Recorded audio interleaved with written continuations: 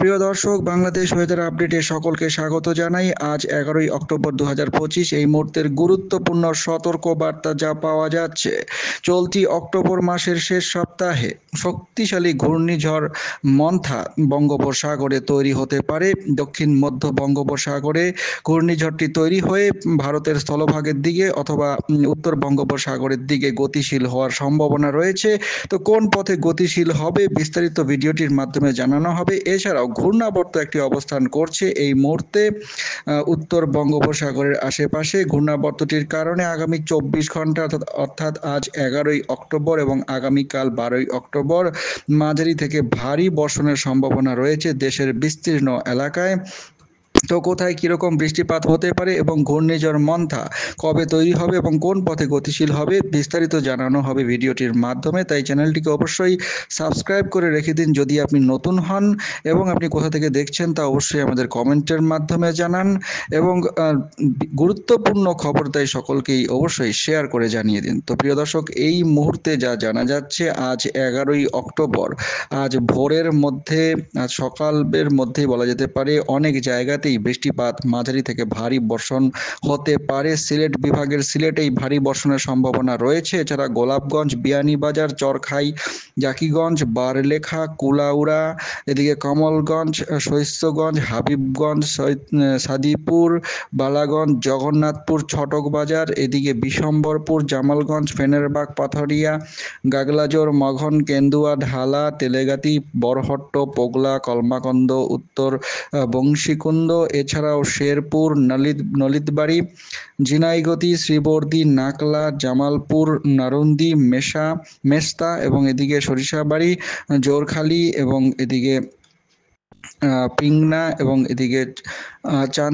চান্দাইকোনা এবং এদিকে সালাঙ্গা, তরস, হান্দিয়াল, উল্লাপাড়া, ভাঙ্গুড়া এবং হাদাই এবং এদিকে দেবোত্তর এবং পাবনা, এই কয়েকটি জায়গায় মাঝারি থেকে ভারী বর্ষণ হওয়ার সম্ভাবনা রয়েছে আজ ভোরের মধ্যে। সকাল 5টা থেকে 6টার মধ্যে এই বৃষ্টিপাতের সম্ভাবনা রয়েছে। পরবর্তী সময়ে সকালের দিকে ঘূর্ণাবর্তটি যথেষ্ট শক্তিশালী হবে এবং উপকূলবর্তী চট্টগ্রাম বিভাগে মাঝারি থেকে ভারী বর্ষণের সম্ভাবনা রয়েছে। ছাগলনাইয়া, চৌমোহনী, নোয়াখালী, মতিরহাট এবং এদিকে দাগনভূঞা, ফটিকছড়ি উপজেলার আশেপাশে, হাতিয়া, সন্দ্বীপে মাঝারি থেকে ভারী বর্ষণ, এদিকে লালমোহন, চরফাশনে মাঝারি থেকে ভারী বর্ষণের সম্ভাবনা রয়েছে। সিলেট ও ময়মনসিংহ বিভাগের বিস্তীর্ণ এলাকায় ভারী বর্ষণের সম্ভাবনা একটা দেখা যাচ্ছে। মাঝারি থেকে ভারী বর্ষণ সিলেট, গোলাপগঞ্জ, বিয়ানীবাজার, বারলেখা, বালাগঞ্জ, সাদিপুর, জগন্নাথপুর, কুলাউড়া এবং এদিকে দক্ষিণ শ্রীপুর, ধর্মপাশা, কলমাকন্দ, এই সমস্ত জায়গায় আজ সকাল 8টা থেকে 9টার মধ্যে ভারী বৃষ্টিপাত হতে পারে। এছাড়া শৈস্ত্যগঞ্জ, লাখাই, হাবিবগঞ্জ, নাসিরনগর, মাধবপুরেও মাঝারি থেকে ভারী বর্ষণ হওয়ার একটা সম্ভাবনা দেখা যাচ্ছে।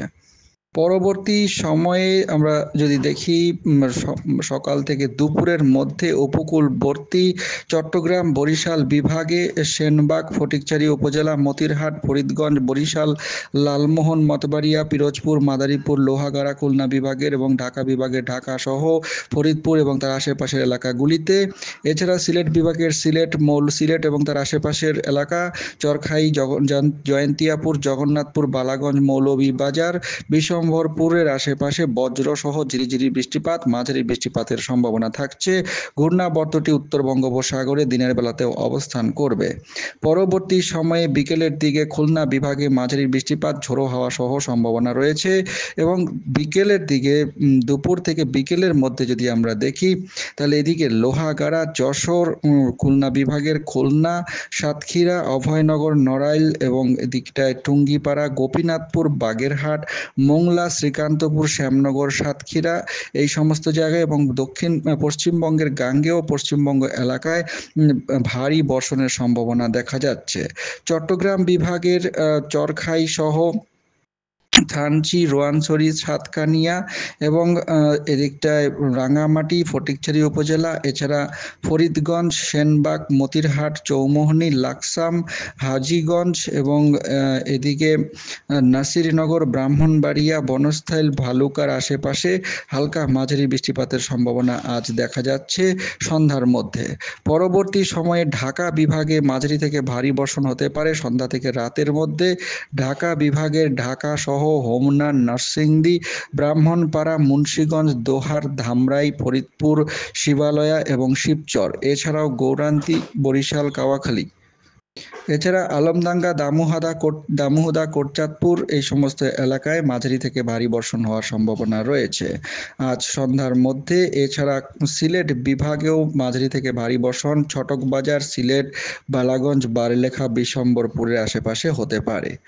পরবর্তী সময়ে রাতের দিকে সিলেট বিভাগে এবং ঢাকা ও ময়মনসিংহ বিভাগের দু একটি জায়গায় ঝিরিঝিরি বৃষ্টিপাতের সম্ভাবনা থাকছে। হাবিবগঞ্জ, বানিয়াচং, মৌলভীবাজার, রাতের দিকে কুলাউড়া, বারলেখা, বালাগঞ্জ, জগন্নাথপুর, সিলেট এবং এদিকে ছটকবাজার, বিশম্বরপুরের আশেপাশে মাঝারি থেকে মাঝারি বর্ষণ, ঝিরিঝিরি বৃষ্টিপাত, বজ্রপাত সহ হতে পারে।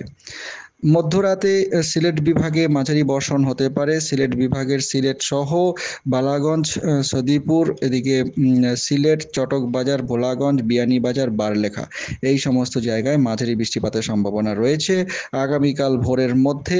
আগামীকাল ভোর বা সকালের মধ্যে ত্রিপুরা সহ ব্রাহ্মণবাড়িয়া, নাসিরনগর, হাবিবগঞ্জ, বানিয়াছং, এদিকে কমলগঞ্জ, মৌলভীবাজার, সিলেট, চরখাই, জাকিগঞ্জ এই কয়েকটি জায়গায় মাঝারি থেকে ভারী বর্ষণ হওয়ার সম্ভাবনা রয়েছে। পরবর্তী সময়ে আগামীকালও সকালের দিকে বৃষ্টিপাত থাকবে। চট্টগ্রাম বিভাগের বিস্তীর্ণ এলাকায় বৃষ্টিপাত হতে পারে, কুমিল্লা সহ, এবং আগামীকাল দিনের বেলাতেও হালকা মাঝারি বৃষ্টিপাত খুলনা, বরিশাল বিভাগে হতে পারে। আগামীকাল রাতের পর, বিকেলের পর থেকে বলা যেতে পারে, বা 13 তারিখের পর থেকে কিন্তু আবহাওয়া মোটামুটি সারা দেশ জুড়ে শুষ্ক থাকবে এবং দক্ষিণ পশ্চিম মৌসুমী বায়ু অর্থাৎ বর্ষা সম্পূর্ণরূপে এই বাংলাদেশ থেকে বিদায় নেওয়ার সম্ভাবনা রয়েছে। সরাসরি আমরা ইসিএমডব্লিউএফ এর যে ঘূর্ণিঝড় সংক্রান্ত পূর্বাভাস রয়েছে সেখানে দেখে নেব। আগামী 22 তারিখের পর থেকেই দেখা যাচ্ছে যে দক্ষিণ মধ্য পশ্চিম বঙ্গোপসাগরে একটি শক্তিশালী যে ঘূর্ণাবর্ত বা লঘুচাপ তৈরি হওয়ার সম্ভাবনা রয়েছে। 23-24 তারিখের মধ্যে এটি শক্তিশালী ঘূর্ণিঝড়ে রূপান্তরিত হয়ে যেতে পারে। আপাতত দেখা যাচ্ছে এটি ভারতের স্থলভাগের দিকে অগ্রসর হবে। তো কোথায় কীরকম পরিবর্তন এটার মধ্যে পরবর্তীতে আসতে পারে তা আমরা অবশ্যই ভিডিওর মাধ্যমে জানাতে থাকবো, তাই ভিডিওগুলিতে নজর রাখুন।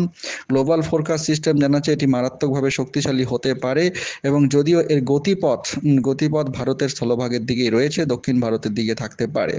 তো এই সংক্রান্ত খবর পরবর্তীতে জানানো হবে বিস্তারিত, তাই চ্যানেলটিকে সাবস্ক্রাইব করে রেখে দিন প্রতিদিন নিয়মিত খবর পাওয়ার জন্য এবং ভিডিওগুলিকে শেয়ার করে সকলের কাছে জানিয়ে দিন। অনেক ধন্যবাদ।